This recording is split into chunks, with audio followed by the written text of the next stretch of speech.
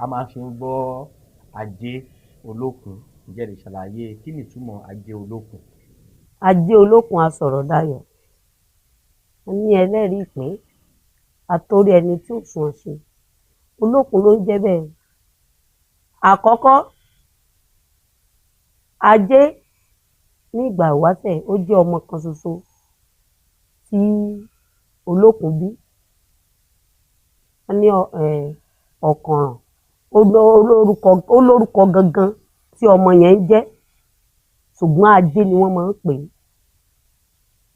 Ẹlẹ́ẹ̀kejì ni pé nígbà tó wá dọ́dọ̀ Ọ̀rúnmìlà, tí Ọ̀rúnmìlà bá gboko awo lọ, ajé yìí ló máa ń tún lò láti fi dífá.